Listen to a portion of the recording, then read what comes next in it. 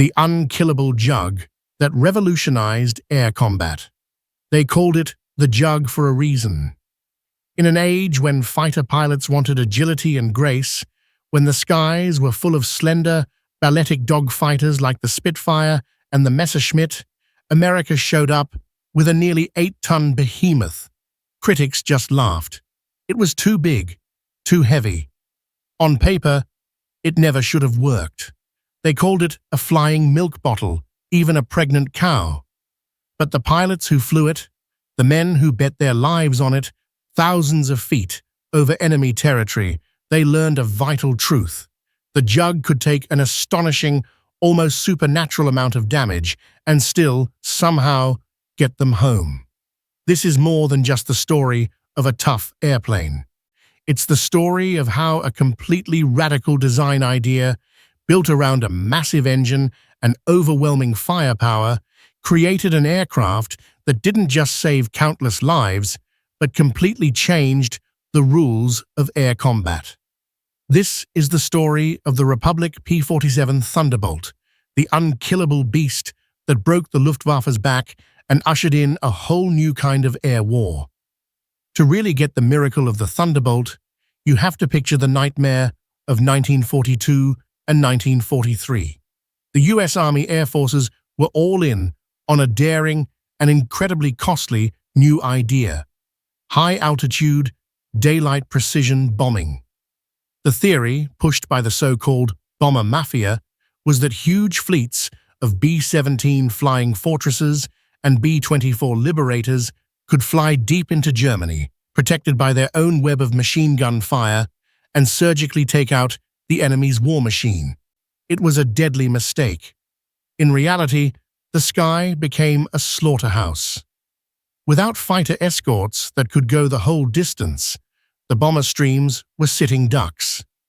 The Luftwaffe's fighters, the nimble Bf-109s and the heavily armed Focke-Wulf 190s, tore into the formations with terrifying skill. They'd attack head-on, a 12 o'clock high assault, blazing through the bomber boxes before the gunners could even get a bead on them. The losses were just catastrophic. During one period, known as Black Week, in October 1943, the 8th Air Force lost 148 bombers and almost 1,500 airmen. The odds were horrifying.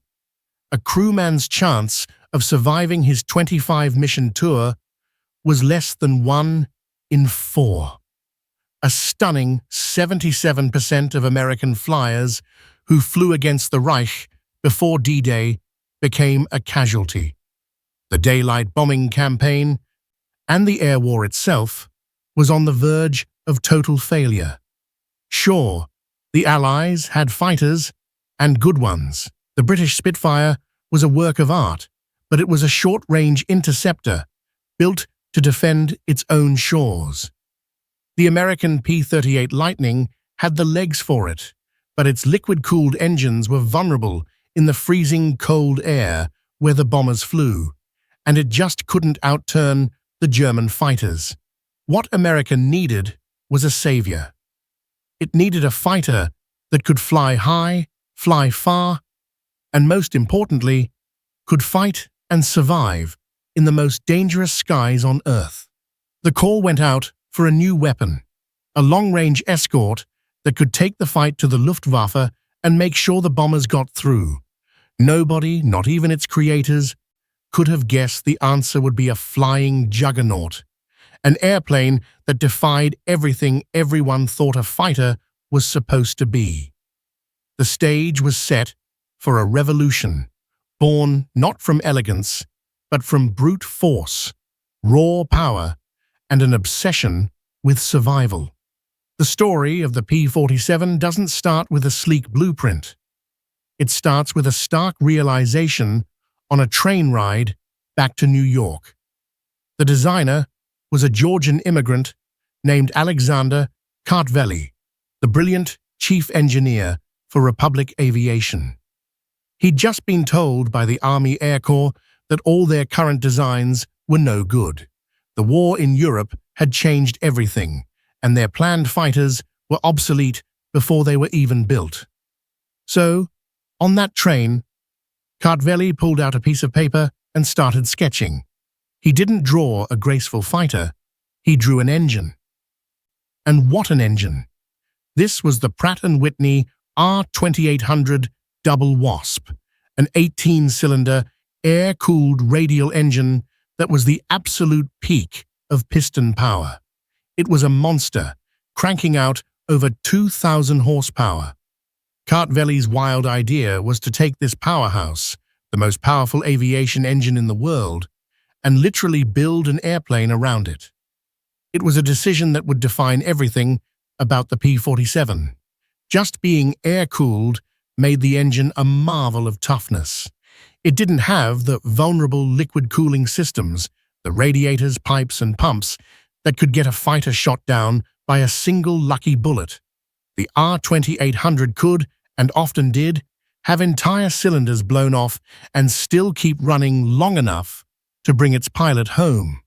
It was basically a 2,250-pound shield of steel protecting the pilot from the front.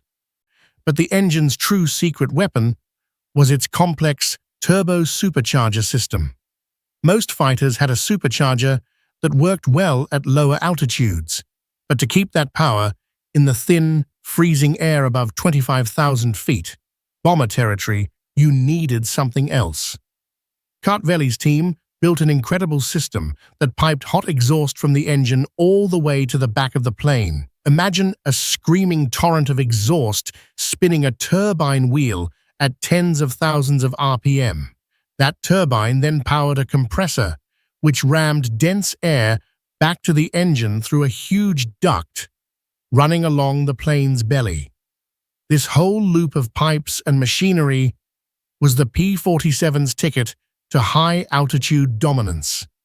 It let the R2800 breathe and make massive power in the stratosphere, where its rivals would literally gasp for air. This one decision to design the plane around the engine and its turbo had huge consequences. The ductwork alone was so big it made the fuselage deep and barrel-chested, giving the plane its famous jug shape. The aircraft was simply enormous. Park it next to a Spitfire, and it looked less like a fighter and more like a small bomber. Fully loaded, it could weigh up to 8 tons, making it one of the heaviest single-engine fighters of the war. That weight created a whole chain of engineering problems. The wings had to be strong enough to carry it all, and they were fitted with 8 .50-caliber Browning machine guns, a ridiculous amount of firepower. To get enough clearance for its massive 12-foot propeller, the landing gear had an ingenious telescoping mechanism that extended 9 inches as it came down. When the first P-47s appeared, the reaction was pure ridicule. Pilots were intimidated by its size and power. The 56th Fighter Group actually lost more than a dozen pilots in training accidents before even seeing combat. British pilots, used to their nimble Spitfires, joked that if you got into trouble in a P-47, the best thing to do was unstrap and run around the huge cockpit. Luftwaffe intelligence scoffed at it, with one German ace writing that this new American fighter flies like a pregnant cow. It's meat for the slaughter. They saw a clumsy, overweight target. What they didn't see was the philosophy. They didn't get that every single pound was a deliberate choice. Kartveli hadn't designed a fencer's blade. He'd forged a sledgehammer. A weapon built not for a duel, but for brutal, overwhelming victory. And the skies of Europe were about to feel its impact. The Thunderbolt's combat debut in the spring of 1943 wasn't exactly glorious. The very first mission was scrubbed because the radios didn't work. In their first fights, American pilots struggled. They made the mistake of trying to dogfight the lighter, quicker German fighters, and they paid for it. The FW-190 could outturn them, and the Bf-109 could outclimb them down low. German confidence grew. The pregnant cow seemed to be living down to its name. But the American pilots were fast learners. They stopped fighting the Germans' fight. Instead, they started playing to the Jug's unique, brutal strengths. They figured out that while it climbed like a pig, it could dive like a rock. With its massive weight and clean design, a P-47 in a dive was almost impossible to catch, and pilots developed what they called boom and zoom tactics. Stay high, where the turbo gave them the edge, then plummet down on a target with guns blazing, and use that speed to climb right back up to safety. As one German pilot put it, we would see it coming from behind and pull up fast, and the P-47 couldn't follow. And we came around and got on its tail. But if the Jug got on their tail in a dive, it was usually over. Then the stories started coming back. Stories that bordered on unbelievable. Stories that built the legend of the unkillable Jug. One of the most famous is the story of Lieutenant Robert S. Johnson. On June 26, 1943, his squadron was ambushed by FW-190s. In seconds, his P-47 was ripped to shreds. An explosion blew his instrument panel to pieces. His cockpit was torn open by over 20 cannon shells and hundreds of bullets. Blinded by hydraulic fluid and his own blood, canopy jammed shut, controls barely working, Johnson was trapped in a flying wreck. Any other plane would have disintegrated. But the Jug just wouldn't die. Johnson somehow got the mangled airframe level and limped for home. A German ace, apparently stunned the plane was still airborne, pulled up alongside, gave a salute, and flew away, as if not wanting to waste more ammo on a dead man flying.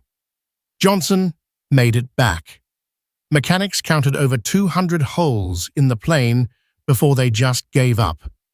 This wasn't a fluke, it was a feature. One pilot came home with a 6-foot chunk of his wing gone.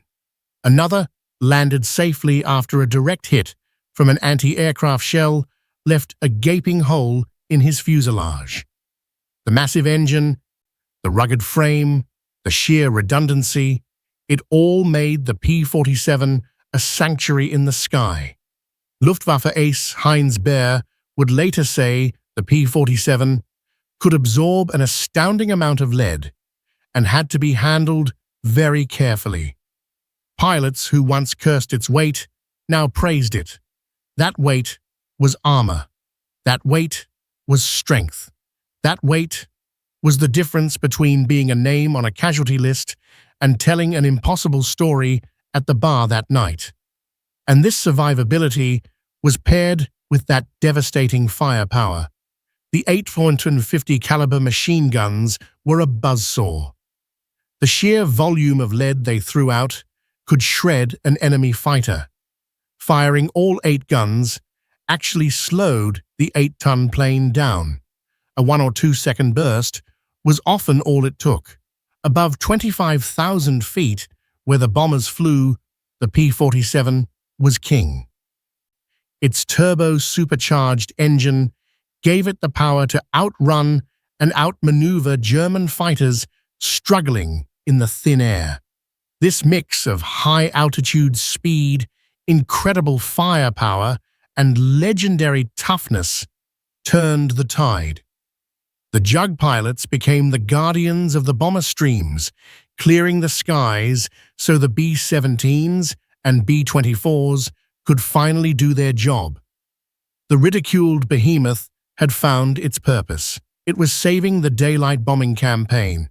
One bullet-riddled, oil-streaked, but stubbornly flying airplane at a time.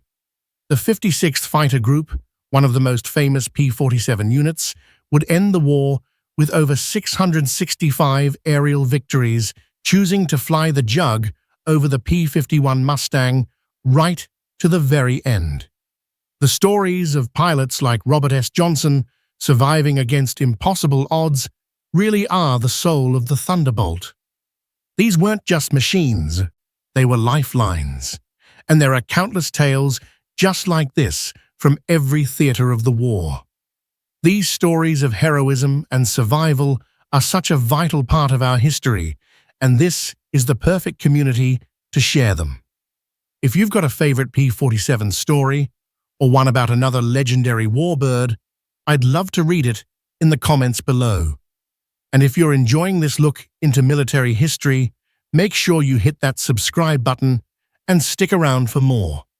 When 1944 rolled around, the air war over Europe was changing. The arrival of the sleek, long-range P-51 Mustang, which started taking over the main escort job, could have sent the Thunderbolt to the sidelines. Instead, it kicked off the P-47's second, and maybe even more revolutionary, career. The 9th Air Force, which was getting ready to support the invasion of Europe, looked at the Jug and saw something totally new. They didn't just see a high-altitude fighter, they saw a tank with wings. They started sending the Thunderbolts down from the stratosphere to the treetops. This was a world the P-47 was never built for. Down low, its high-altitude advantages were gone, and its slow acceleration and clunky handling were real problems. But what it did have was that legendary toughness and a massive carrying capacity. Pilots started flying rhubarb missions, low-level sweeps, hitting any target they could find, and the results were stunning. The P-47 was a natural-born killer at low altitude, not against fighters, but against everything else. Its 8 machine guns, so deadly against planes, were absolutely devastating to trucks, trains, and supply dumps. Then came the bombs and rockets. A P-47 could carry a 2,500-pound bomb load. That's half the payload of a B-17 heavy bomber from just a couple of years earlier. It could carry 10 5-inch rockets, each one hitting like an artillery shell. Suddenly, the P-47 wasn't a fighter anymore. It was flying artillery. This switch from air to ground attack completely changed the battlefield. Before, air power was something that happened miles overhead. Now, it was a visceral, terrifying presence right there in the dirt. For German soldiers, the shriek of a diving Thunderbolt became the sound of death. You could dig in against artillery. You could hide from bombers. But you couldn't hide from a flight of P-47s screaming over the trees at 400 miles per hour. The numbers from this new role speak for themselves. From D-Day to the end of the war, Thunderbolt pilots claim to have destroyed 86,000 railroad cars, 9,000 locomotives, 6,000 armored vehicles, and 68,000 trucks.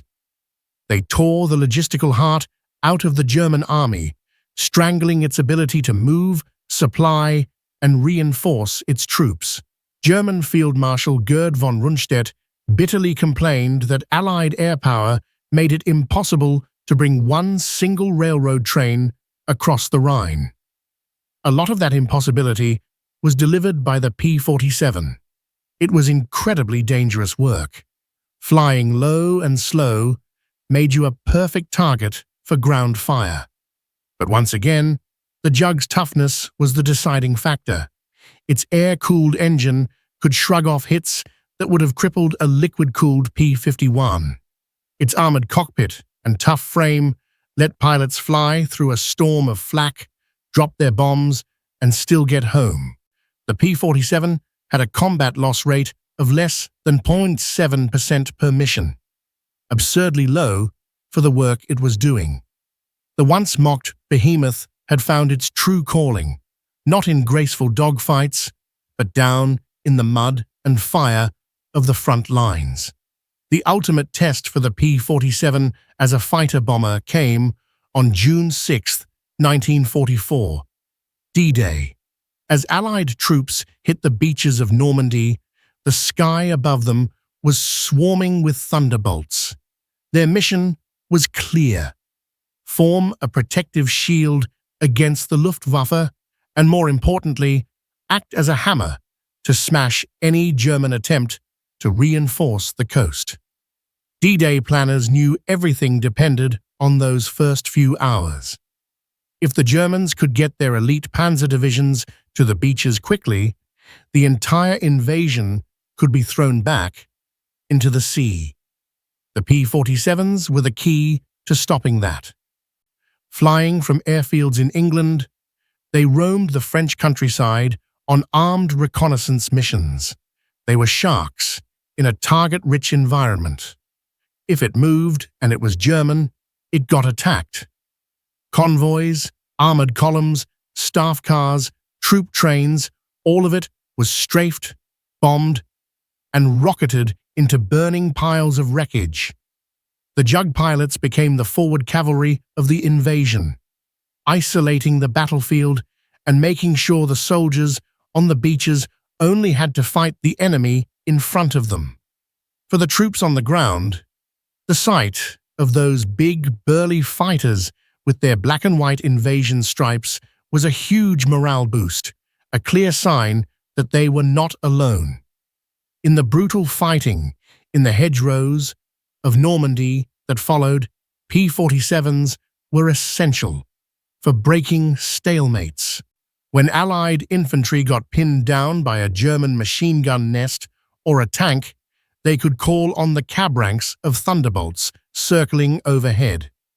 Ground controllers would use colored smoke to mark a target and talk the pilots right onto it. The result was terrifyingly precise and lethal.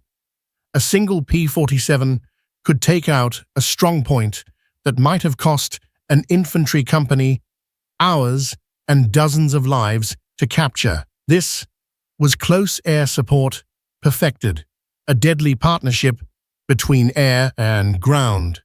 This role continued all the way through the breakout from Normandy, the race across France, and into the grim winter fighting of the Battle of the Bulge.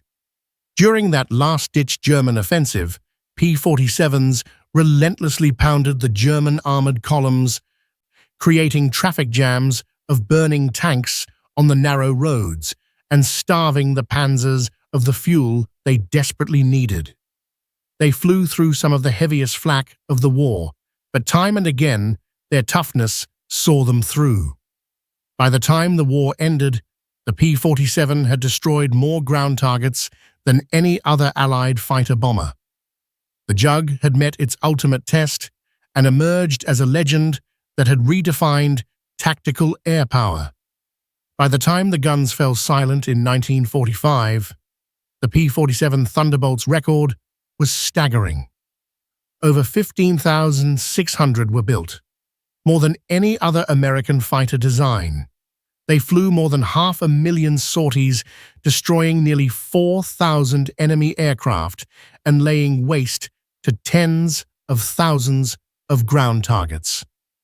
It had gone from being a ridiculed flying milk bottle into arguably the most important Allied tactical aircraft of the entire war. Its story was the ultimate proof that Alexander Kartvel's design philosophy had been right all along. He bet that in the brutal math of war, survivability and firepower would beat pure agility. He was right. In its own way, the P-47 was a profoundly humanitarian weapon. Its entire design was built around protecting its most valuable part, the pilot, and it brought thousands of them home who would have been lost in any other plane. And the Thunderbolt's legacy didn't end in 1945. Its success cemented a uniquely American approach to attack aircraft. Build it tough, build it around a massive gun, and make sure it can take a beating and keep on fighting. You can see that philosophy echoed perfectly in its spiritual successor. When Fairchild Republic, the descendant of Kartvel's company, designed a new close air support jet for the Cold War, they looked right back at the Jug. They built a plane that was also ugly and unaerodynamic, and built it around a massive cannon. A plane designed to fly low, absorb incredible punishment, and protect its pilot in a titanium bathtub. It was only fitting that they named it the A-10 Thunderbolt II. The story of the P-47 is the story of a heavyweight brawler in an age of nimble boxers. It proved that in the crucible of war, being tough can be more important than being elegant, and that brute force is a strategy all its own. It wasn't always the fastest or the prettiest, but it was the one you wanted on your side when everything went wrong. It was the unkillable Jug, the hammer of the USAAF, and the aircraft that truly revolutionized war from the sky.